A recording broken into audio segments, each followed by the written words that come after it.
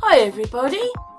I saw this video and I think a few more. There are maybe 6, 7 of these videos.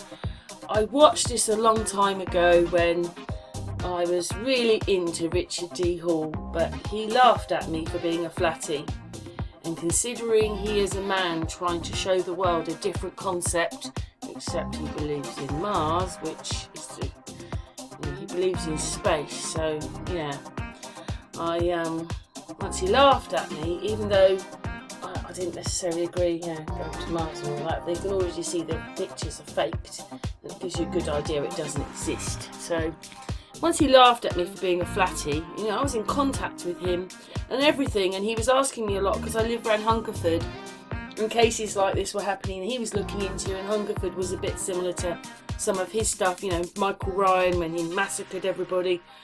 So he was asking me lots of questions, and then when I broached that bit, he laughed at me and thought I was somebody on drugs. That was his answer, and I was very, very, very disappointed in what he said, because he must get, being a conspiracy person, he gets a lot of flack himself, so why would he talk to me like that? But he believes in space and I don't. But a few years ago I watched this programme, these people here, and I don't think it's just about the King Arthur bit which is going to play, and I hope Richard D. Hall doesn't mind. I've copied bits of his stuff before because there's a lot of what he talks about I like, but he hasn't got the end bit. He uses flat pictures, but he doesn't seem to see the connection. But these people here said that history had been changed, the books have been changed, and this is just a part of it when they're talking about Arthur, but there are other episodes. So if you put in the computer Richard D. Hall, it'll bring up his website, and then you go through the categories, different categories of things. His channel's changed quite a lot, and I found this, but there you go, there's the title, so you'd be able to find it on his channel, The Forensic Historians, and they explain that everything has been changed. But even if you don't believe quite this story, when they say that Arthur 1 and Arthur 2 was amalgamated, and so the story of Arthur is 1 but there was 2, this is what I feel they've done about our history anyway. They've amalgamated it all together and included lots of bits together when they're actually different bits of history. But we can't prove anything, can we? But I found this quite interesting. It's just that nothing can be right, can it? And these people have been researching this. It's good to realise that in the 80s and 90s that they were doing this. We just don't hear about it because it doesn't go on the main news. But anyway, let's watch this video. Thank you very much, Richard D. Hall and the Forensic Historians. I don't know if this gentleman is still alive, because this video was made, well, it was published in 2011, so it could have been made earlier than that. So you understand it's what, 10, 11 years old now, 11 years old? Anyway, watch the video and what's your thoughts?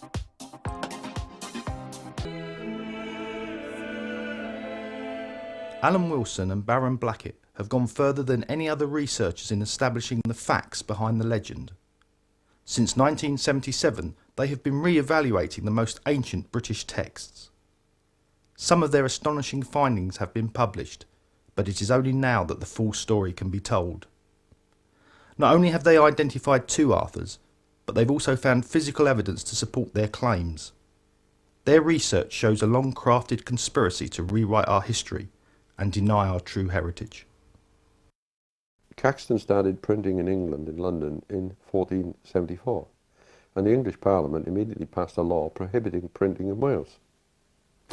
And you weren't allowed to print anything in Wales till 1692, 200 years later. And by then the damage was done. Ideas had been set in stone. Several times English kings and parliaments passed laws prohibiting the use of writing materials in Wales. I don't know if you know that.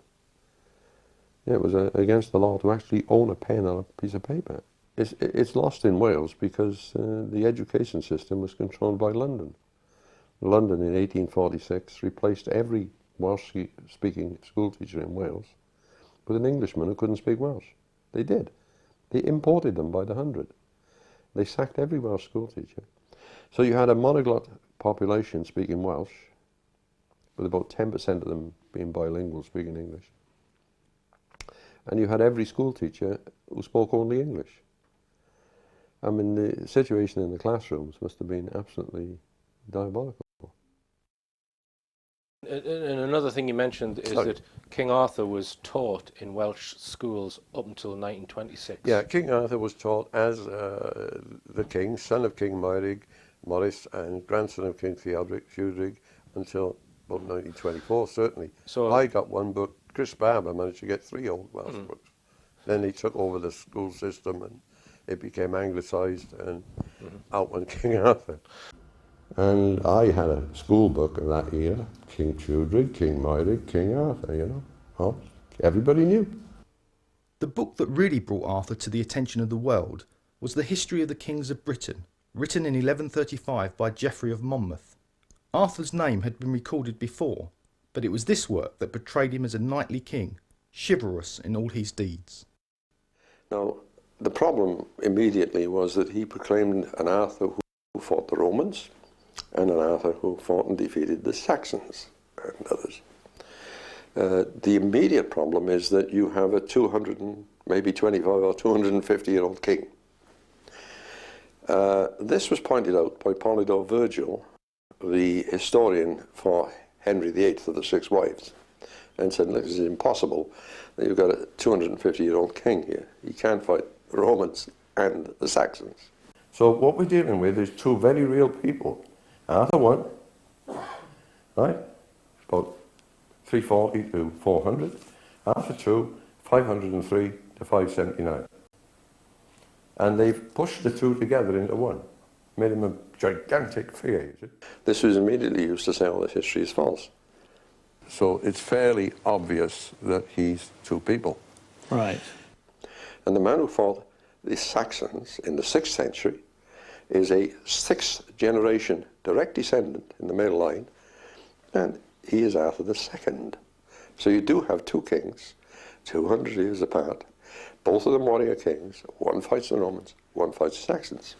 There's a group of manuscripts known as the Brecon manuscripts. Again, these are always quoted by diligent people looking for Arthur. And in the Brecon manuscripts, I think it's the Harleian 4181. And again, I think it's the British Museum Vespasian A14. Again, you've got lists of the parentage and so on, ancestry of Brecon of Brecon.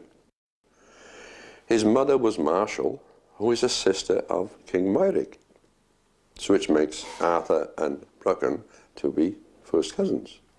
And then it goes back, King Theodoric, King Tithfalt, Theodosius, all the way back to Arthur I and Magnus Maximus.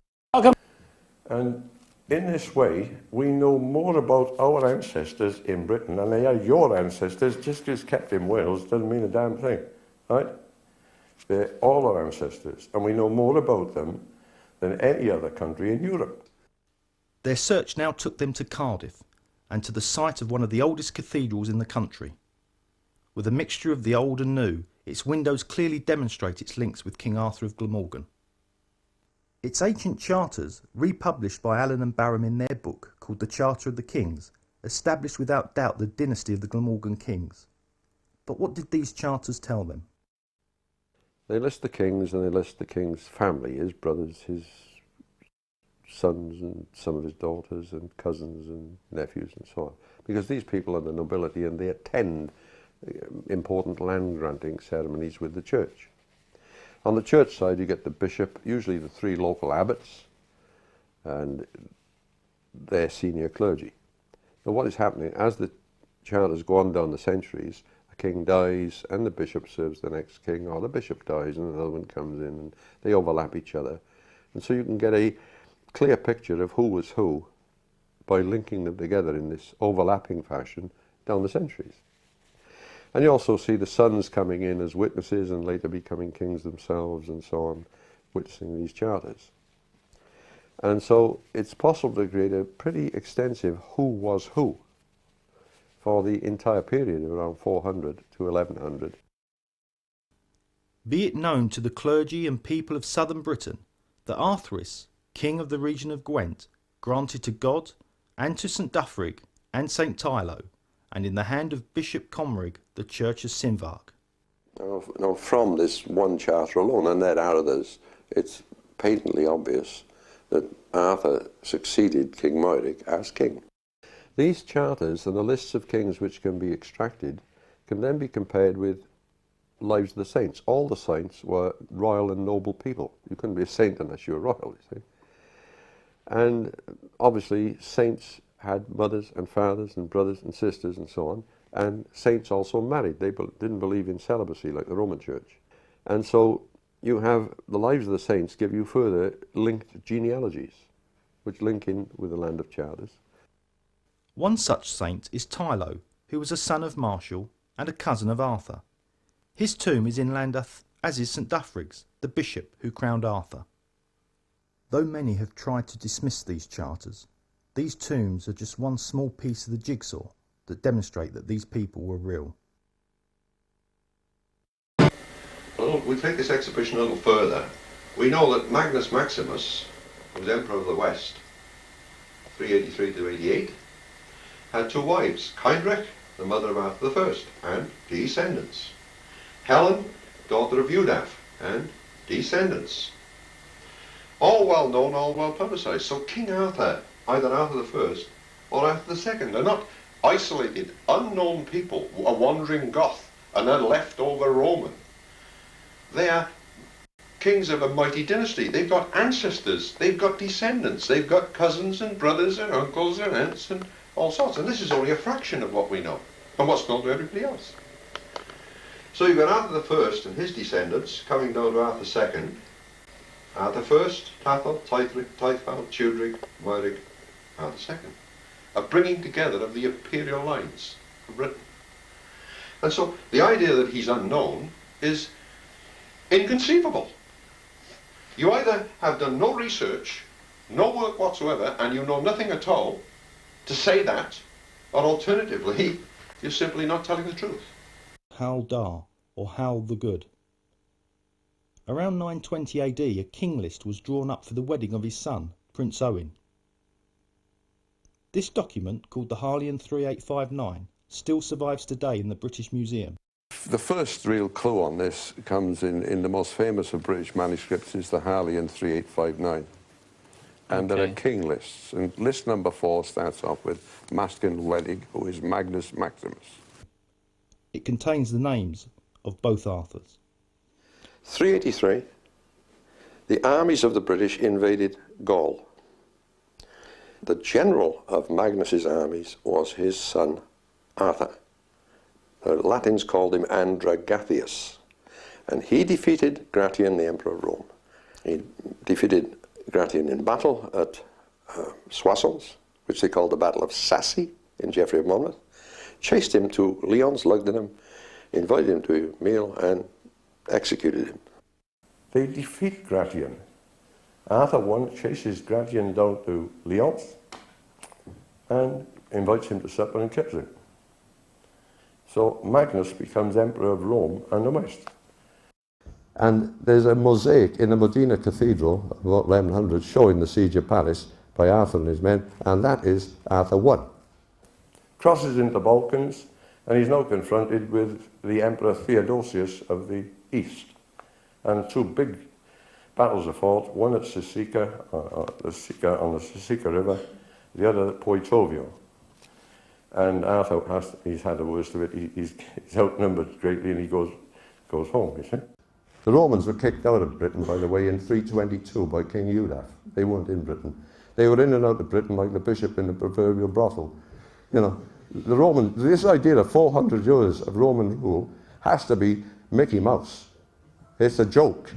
It has no truth whatsoever. And you've also got the folktale of Guy of Warwick. Guy in Welsh is Gwir, means the man of Warwick, you see. And that again tells the exact story of Arthur I. And he has sons, and presumably daughters. They were finally defeated in the Balkans, two big battles in what is now, or was Yugoslavia. They're changing it now, aren't they? Yes, Croatia and a battle on the Sisica River, Sisa, and a battle at Poetovio. And Arthur had to withdraw back, and a surprise move by Theodosius, the Emperor of Constantinople, captured Magnus at Ravenna. And My that was the end of namesake. them. So what was Arthur I's territory that he ruled? His territory would have been the Midlands of England, Warwickshire and across there, Shropshire, maybe as far as Leicester, and North Wales, Powys, because there wasn't a Wales in England then, it was just Britain. Yes, but they're not South Wales, because I believe there was some connection with Glamorgan. Yeah, he had a brother who is buried in Lanhilleth, and that's in the Songs of the Graves, very clearly outlined. You go along and there's a great big grave mound right on target. He would have been titular over most places. They'd have all said, he's the boss, you know. So that's the way it would have worked. But there were kings in Wales, obviously. Right. Whereas the kingdom, it's not a principality, it's a kingdom.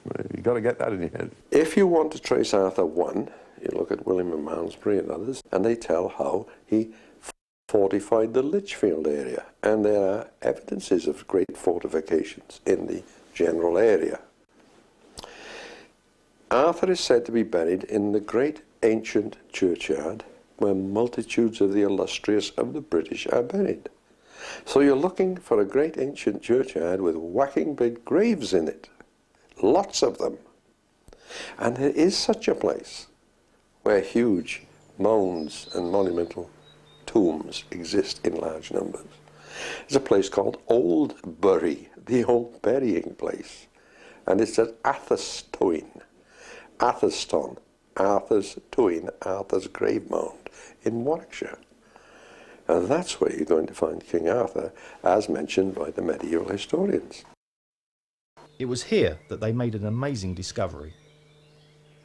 And it was with the prod method of prodding that we found several things, but with this prod method, we hit a stone. There are letters on it. It appears to say something, but it means you have to sort of finish the words off. But it was the same as when we found other things. You know, what do we do with this? Because they're never going to believe it anyway. The preserved words on the stone are in Latin. The first word is nearly complete, Artorius, or Arthur. Isit means cast down, and Masai could be part of his father's name, Maximus. He died around 400, we think. 400, this is AD. 80 only. Yes. Oh, yeah. Arthur I has a son, Tathal, Theodore, right? Yes. He has a son, Teutlin, Theodorus, right? Theodorus, right? He has a son, Teutfald, who is Theodosius, who became king, big king. He defeated the Saxons after a terrible massacre. Right. His son was Chudrig, Theodoric, who's buried at Mathen, and has been twice excavated, the wound in his skull. His son is Moirig, which is Morris. Yes. And we know where he is, and his son is Arthur II. So 6 generations down the male line, you've got Arthur II. Right. In the Brutes of England, written between the 10th and 15th century, Arthur is clearly recorded. Now, King Arthur is given quite a significant place in these histories. He gets quite a lot of space. And the coverage is, again, melding together, or welding together, King Arthur I and King Arthur II. Now, if we look at King Arthur II, we'll find there's a very interesting reference to him in the Brutes of England. And you've got to remember that up until modern times, this would have been generally firmly believed as authentic history. So in chapter 79, it's telling how King Arthur is over in France, Brittany area. And it's on about the Easter time. And it says, and when King Arthur had thus his knights feasted,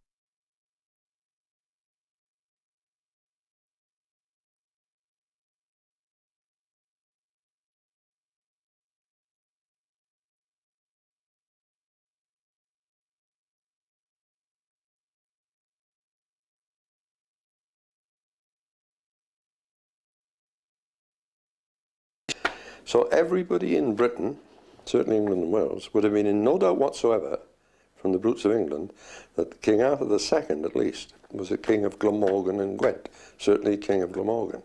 There can be no doubt about this. It's a very clear statement. From these genealogies, it's possible to place Arthur into the 6th century. One prominent means of dating is Arthur had a sister named Anna, and Anna had a son named Samson. Samson of Dol, as he was known, actually moved over to Brittany. Dol is over there. he attended and signed the papers of the Second Council of Paris in 556. So if Samson is signing the papers as a fairly young cleric, actually, in 556, King Arthur is his uncle, his mother's brother. It's got to be of the same era.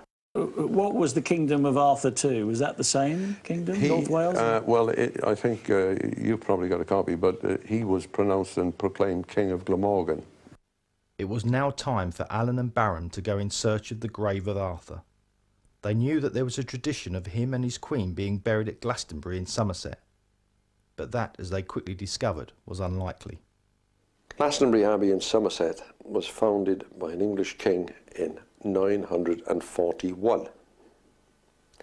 And the first abbot was St Dunstan in 942. Now, if Arthur II dies in 579, then we're at least 450 years too late with Glastonbury and Somerset. As another factor, Arthur is said to be buried in the great and ancient graveyard where multitudes of the great and illustrious of the British are buried. There is no great ancient graveyard at Glastonbury. It appears that Henry II had something to do with this promotion of the idea of Arthur in Somerset. So Henry II didn't want to be king of Britain as such, wanted justification. Now if he could claim to be the heir, if only by sort of linked royal succession of some sort, or the fact that he was a king of England, if he could prove that Arthur was a king of England in England, and he was then a later king of England, if Arthur ruled the whole of Britain, then so Henry II was entitled to rule the whole of Britain. Justification. And so it looks as if he prompted his cousin, at Glastonbury, the abbot, to dig up Arthur at Glastonbury, and that would provide Arthur being out of Wales, away from Wales, and into England. Arthur's an ancient English-British king, and therefore Henry II is entitled to rule Wales, Scotland, and England. Very simple. If Arthur, King of Glamorgan, was not buried at Glastonbury, then where was his grave? Alan and Barham knew that the histories were the key, and that they were pointing to a place called Caer Caradoc. There were other clues to its location, but find Caer Caradoc, they reasoned, and you find his grave. In King List 28 there is mention of a Glamorgan king called Arthuriz or Arthmau, a 6th generation descendant of Arthur I. You get a line of princes, you get a son of Arthur I, Tathal, then Taithrin the Subtle, Taithfalt or Theodosius, Tudrig, Theodoric, Meurig, Maurice, and then Meurig's son, Arthur II. And so you've got two Arthurs very clearly exhibited. These are not hidden. You'll find them clearly in the manuscript evidences that everybody else uses when they're writing about British history. So they're harder to miss than they are to find. Why is it then that we have all this sort of weird King Arthur industry, and there's people saying, oh, he's in Glastonbury and somewhere, you know, in Cornwall, and they've mixed them all together. If it's so in the records, why has no one else found them? Well, religious and political, manoeuvring for various, reasons. What we're going to do, subsequent to this, is to go out into the field, as university people like to say. We're going out to show how to trace the grave of Arthur II.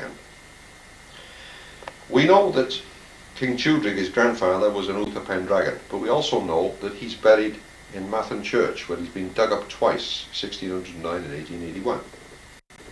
But we've got an Uther Pendragon buried at a place called Caer Caradoc in the late 6th century.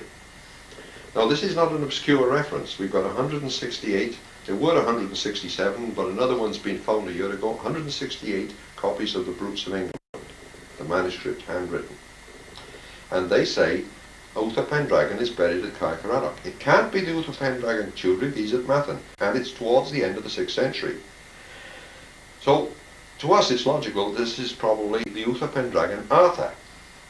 Similar information of an Uther Pendragon buried in the giant circle at Caer Caradoc exists in Matthew of Westminster.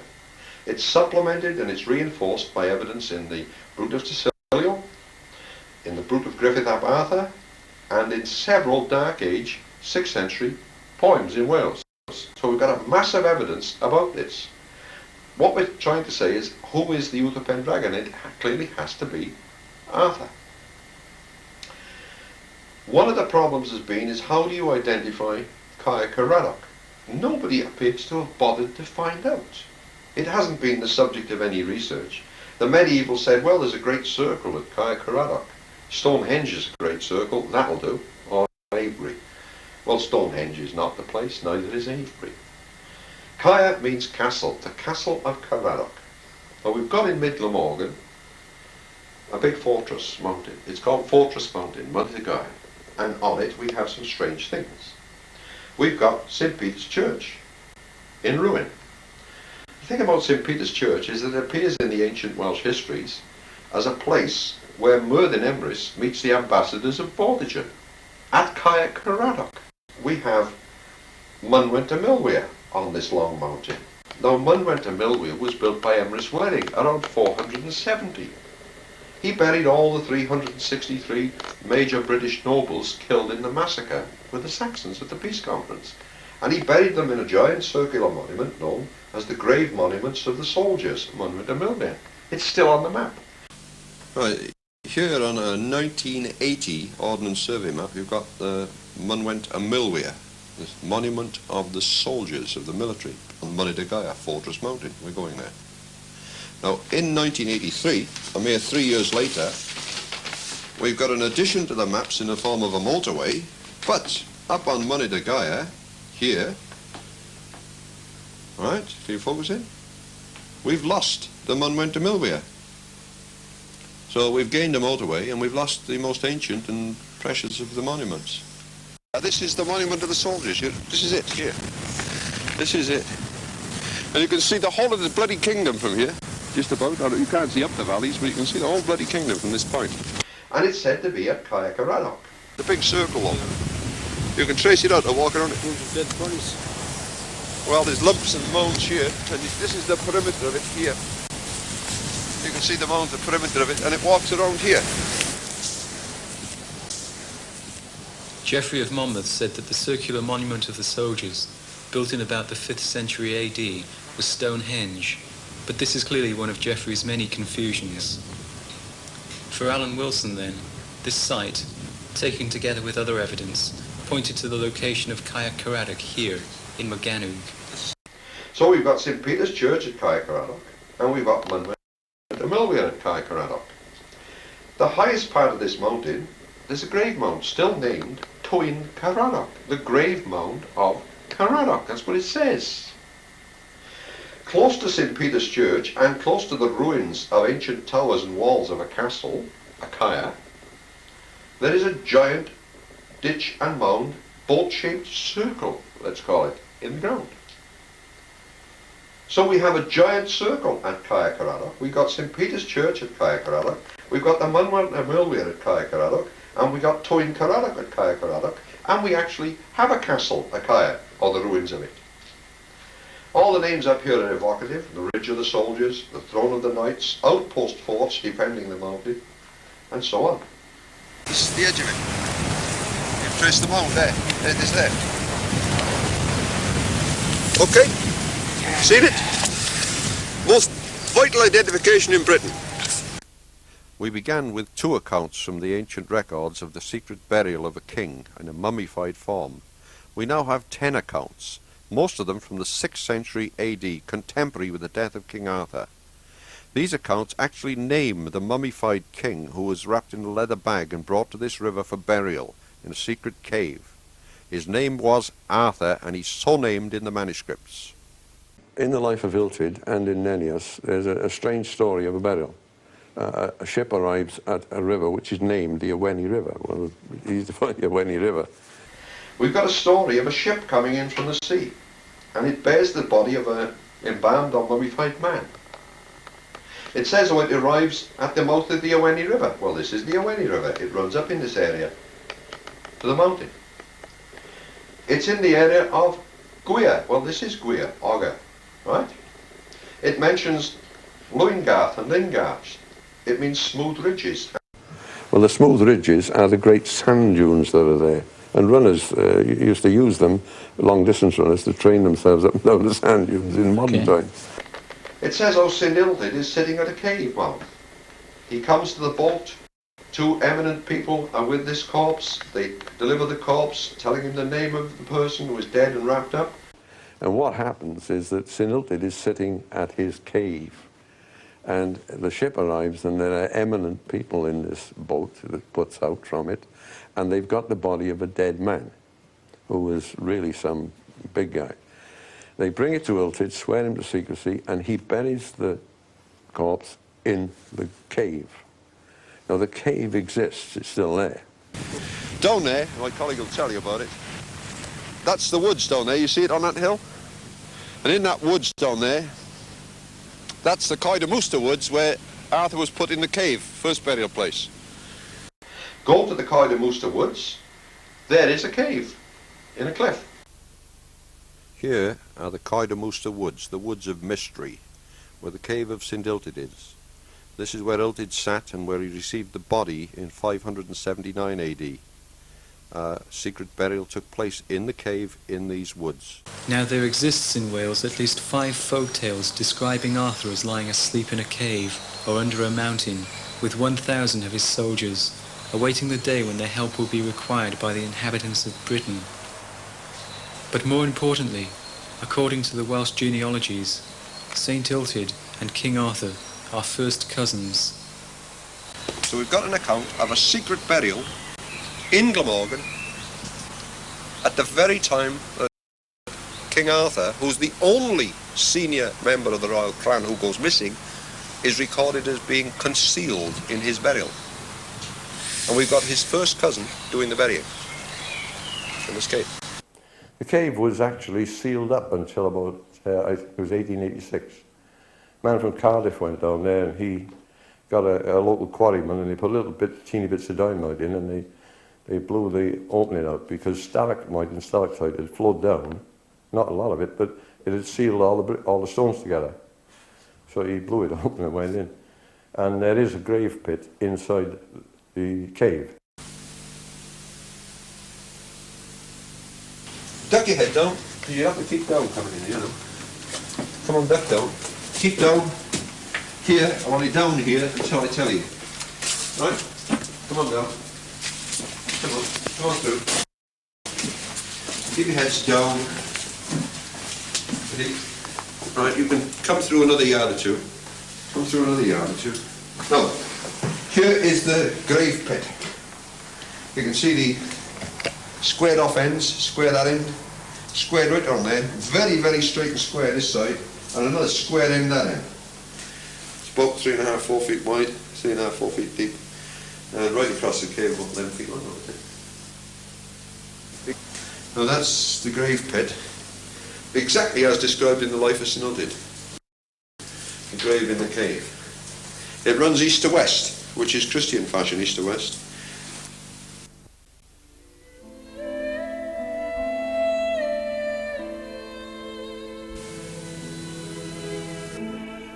Here we have something which is nothing short of miraculous, an amazing find. 2 young men from the Cardigan College, it's a film college.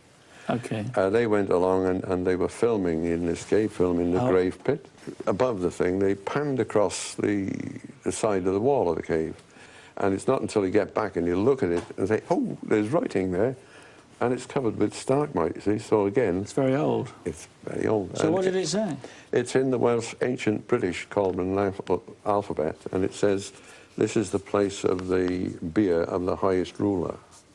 And he's taken from that woods and he's brought to Caer Caradog, because 2 histories say that King Arthur is at Caer Caradog. One of the 2 accounts, one's in Illtyd and one's in the Marbles of Britain in Nennius, says how the body is later taken out to a church and placed near or in this church. Everything is pointing here, to this area. So the Uther Pendragon in the giant circle, because in the giant circle we find a grave mound. Uther Pendragon is in the giant circle at Caergrawnt. Sinultid is the undertaker, does the burying. Sinultid is the first cousin of King Arthur, King Arthur II. Add to this another story. We have a story of visitors coming from Brittany to visit the Cave of Arthur, the grave of Arthur.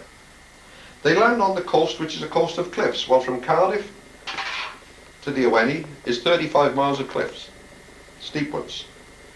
And they say how there's a little inlet, a little dell, a little dingle, a valley, a tiny valley, very green, beautiful, little stream running down it. They come ashore there, and on the one cliff on the one side is an ancient church, and the other is a fortress.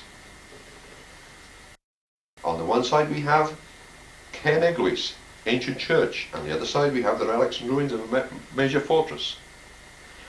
Genealogies is known to be the grave of King Kerry Longsword, who succeeded Caradog I to fight the Romans around the year 51 to 80 AD. These people land at this place, they come inland, they go all along Wooded Valley, which is still there between Lanchester and Lanharan. They come to a long mountain. This is a long sausage-shaped mountain. There is a little valley let into the mountain. There is a little valley let into the mountain. A stream runs down it. And it's so steep they have to get off their horses and lead them up the slope to get to the top, to the grave of Arthur.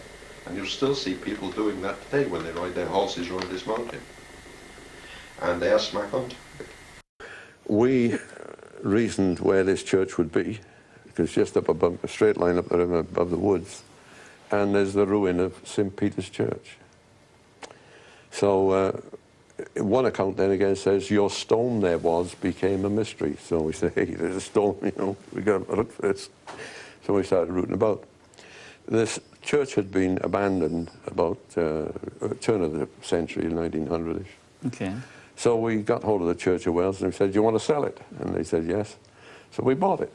So we now owned it, so we could root about quite free from any hindrance.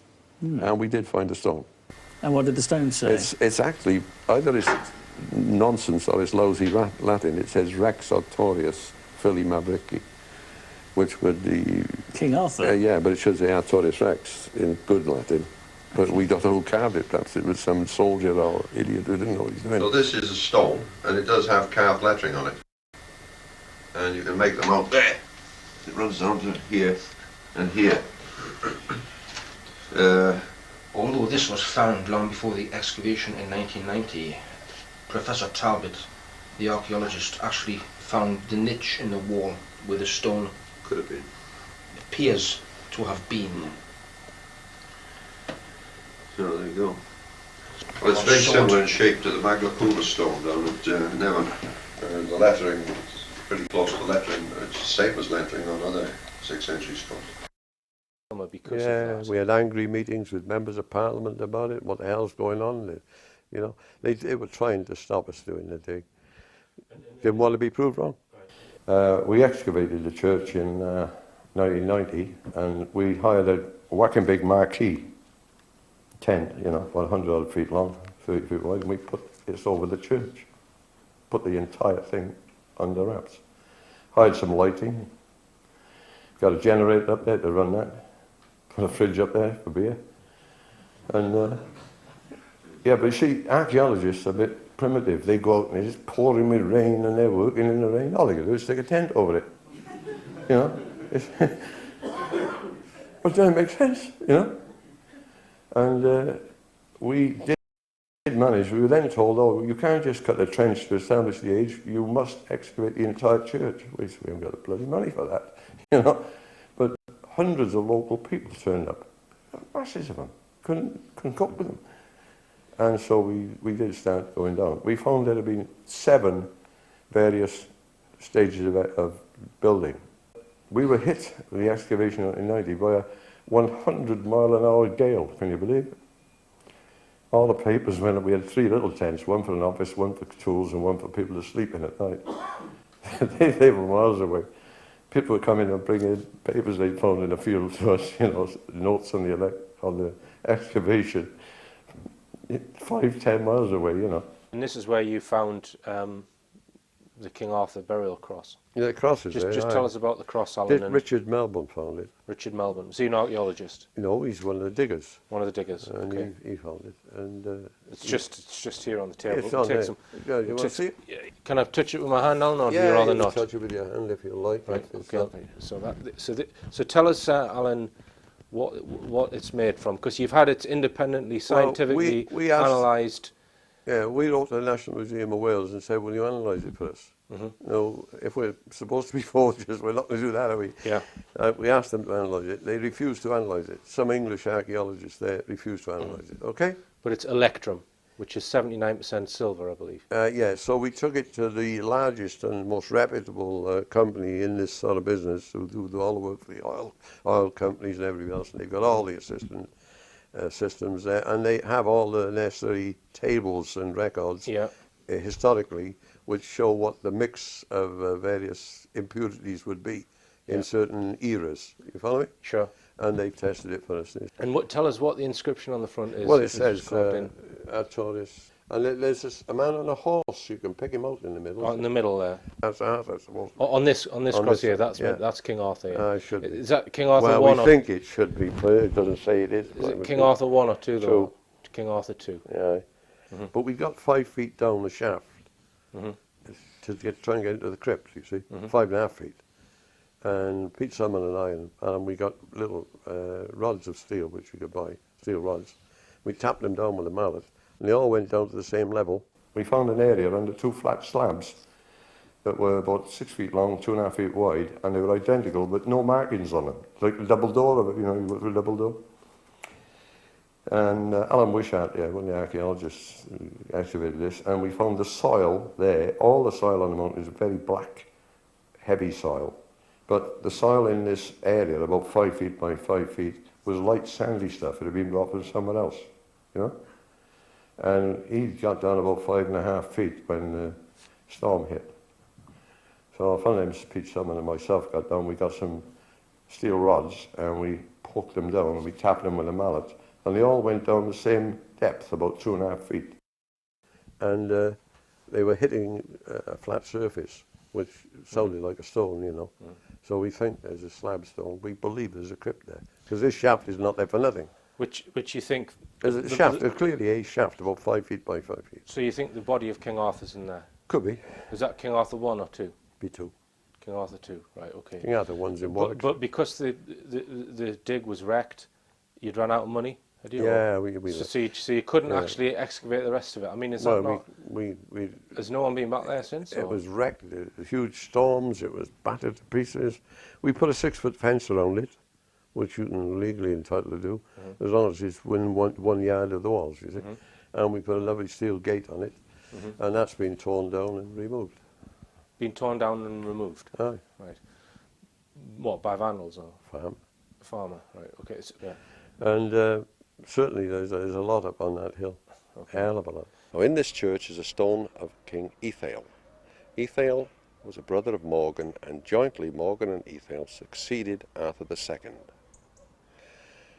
The stone of Ethael also names Illtyd, a first cousin of Arthur, and it also names on the bottom Arthmael.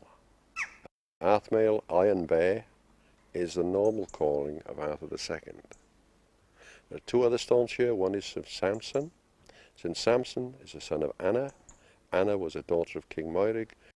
Therefore, Samson is a nephew of King Arthur because Anna and Arthur are brother and sister. And another stone names a King Howell and his son King Rhys.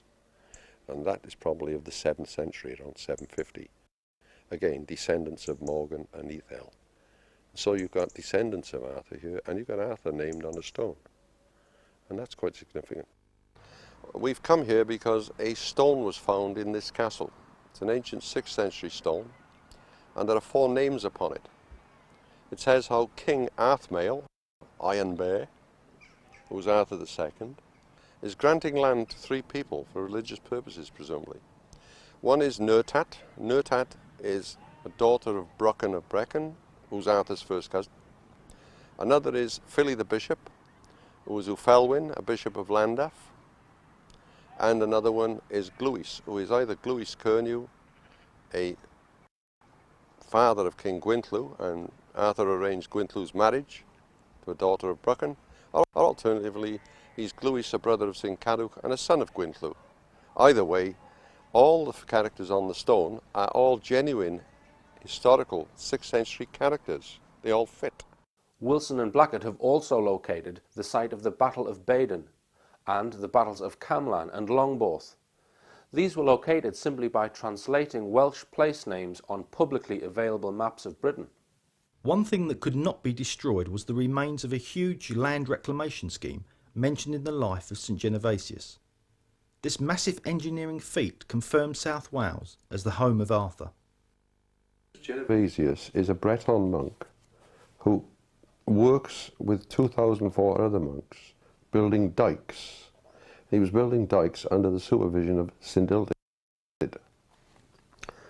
St Ildid is a first cousin of King Arthur, Arthur II, son of Myric. The dikes exist. There are masses of them. They run from the river. They used to run from the Taff in Cardiff to the Rummy River in Cardiff, from the Rummy River in Cardiff to the Ebble in Newport, from the other side of the Usk and the Ebble in Newport, eastwards again up to Chepstow. And the majority of them are still there, they're still in position. Reason for the dikes is that all the land behind them is well below sea level. So it was a huge land reclamation exercise, and masses of canals, like a checkerboard or chessboard system, cross and crisscross this landscape, draining it. This remarkable construction is post-Roman and pre-Norman. The interesting thing is that the life of Genealogies says Genealogies is working on the dikes in the land of Arthur. And Ildid is the instructor or engineer in charge. So the land of Arthur is South East Wales. If King Arthur was a Glamorgan king, where was his Camelot? Though today there may not be much to see, there was once a castle standing on this site. A wedding was recorded as taking place here as late as 1453. It was called the Yellow Fortress, or Camelot. Could this be Camelot? It may have got its name from the nearby sulphur springs of Yellow Wells Farm. There's a number of houses in the area, the grey house, the brown house, the blue house, the ancient manor houses. Yellow Wells Farm is just below. This place is Kaya, a castle. Melin is yellow. So Kaya, Melin can easily be seen, perhaps translated into sort of Norman French as Camelot or Camelot. In this direction, you can see that's the south wall going along there. When we go over there, you'll see what a big drop it is. That's the south wall, down to the corner of the field. Then you've got, clearly, when we get down there, you film it better, an eastern wall and a north wall, there. And so you've got a large enclosed area. This was the area of this castle. And like I told you, it was a castle in 1453, and the main area. It was the main place of the entire area. Cardiff was in the parliamentary hundred of Keebor, not the other way around. This was the central, most important place in this entire district, this where you're standing now. And this was the place of the castle of the Glamorgan kings. It's quite possible. The whole point is it's also known as Keebor. And Keebor, C-U, means mutually together, and Bwrdd means table. So Keebor means mutually together table. That's evocative in the Arthurian sense. And so until very recent times, this ancient field and castle was the most important place in this entire area. There's no doubt about that. And there's no doubt it was the ancient residence of the Glamorgan kings. In Cardiff. It's got two names. It's called Keebwrdd. Key is mutually together, and Bwrdd is table. How about it? Round table. Just below it is still Yellow Wells Farm. It was the Yellow Fort, Camelot. Camelot. Camelot. So is this Arthur II who had Camelot? Yes. Not Arthur I? I know. So Arthur II had Camelot, had the round table. Well, Keebwrdd, yeah, Keebor. It was, even in Norman times, it was not, you couldn't, it was the royal cantref, you couldn't tax it. It was not taxable. This part of Cardiff? That area. Yeah. Well, what we call the centre forts. In other words, the major fortresses were surrounded by a ring of little teeny outer fortresses as signalling places to signal inwards. And you get, one over there is Pentra Moiric, head manor of King Moiric, Arthur's daddy. That's a centre fort. And then you got one that way, Caerleon, right? The castle of Leon the Mighty, Caerleon. They've confused Isca, the Roman fortress, with a Welsh fortress half a mile to the north of it, called Caerleon. And they think the Roman fort is at Caerleon. It's not. Caerleon is actually a big Welsh fortress on a hill. So Arthur is always associated with Caerleon in all the legends and romances. They're the biggest hill forts in Britain. And most of you won't be able to see a thing, because they don't do anything with it. They don't do anything to preserve it, protect it, anything. But this is Arthur's hill fort. This is Caerleon, Castle of Leon. And from here, looking down that side, you can see Malpas. Arthur's said to be looking down from his castle, watching people crossing Malpas. Well, you can. But you couldn't see people from that Roman place, which they mistake as Caerleon. And this actually is the British fortress on a hill, where he would have been. And it's totally neglected, as you see. There's no damn thing you can see. Most of you can't see anything, can't do anything. Of course it's sad, because this is the place where the tourists would come. Now, the palace of the kings is just outside Lampeter Major. Ah, right. It covers about 4 or 5 acres. The walls stick up from under the ground. They started excavating about 1903. They were excavating 1903, and men in suits arrived. That means people from London, and stopped the excavation. One of the rooms is 50 feet long and so wide. They tried to say it was destroyed in 293 when Caron or Carausius was killed, but it's no radio jab indeed in its own end of the Arthurian kingdom. There you can see it there. There's the palace in the middle. This is this ancient palace of the kings of... Bits of marble all over the place. I got a piece the size of one of those books, marble, I brought from there, so where they brought marble from, I don't know. Apparently, the bit they excavated, there are mosaics on the floors and murals on the walls. Wow. So, and it's not Roman? No, it's the British king. Yeah, so we've got a buried city under Caerleon, the hill with St. Peter's Church, where Arthur II, and nobody's doing anything about it. Anywhere else on planet Earth, they'd be digging it up. And a buried palace of the king. Okay.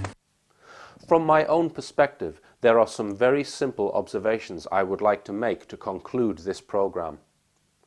Wilson and Blackett started in 1976 trying to find the truth about King Arthur. After 14 years of intensive research, they purchased a church which this research was suggesting was the likely burial site of the legendary king. They excavated that site in 1990, and an artefact was unearthed by a digger. This occurred when Wilson and Blackett were not at the site. The object is a solid electrum cross, which could have only been made for an important or wealthy person. It has been dated to the period of Arthur, which is prior to 600 AD, and has an inscription which reads, "For the soul of Arthur." What are the chances of finding that artefact by coincidence at the very site they claimed could be the King Arthur burial site? The academic establishment will not look at these findings, which suggests there is something seriously wrong with these academics, who get paid with our tax money to run universities and sit in academic departments. Wilson and Blackett have always been and are still willing to work with the academic establishment in an effort to help find further truths within our history. If there are any academics watching, please contact them. They are ready and willing to speak to you. A buried city in Britain? If they found one in Egypt, they'd be going bananas. Wouldn't they? It does It beg beggars the imagination.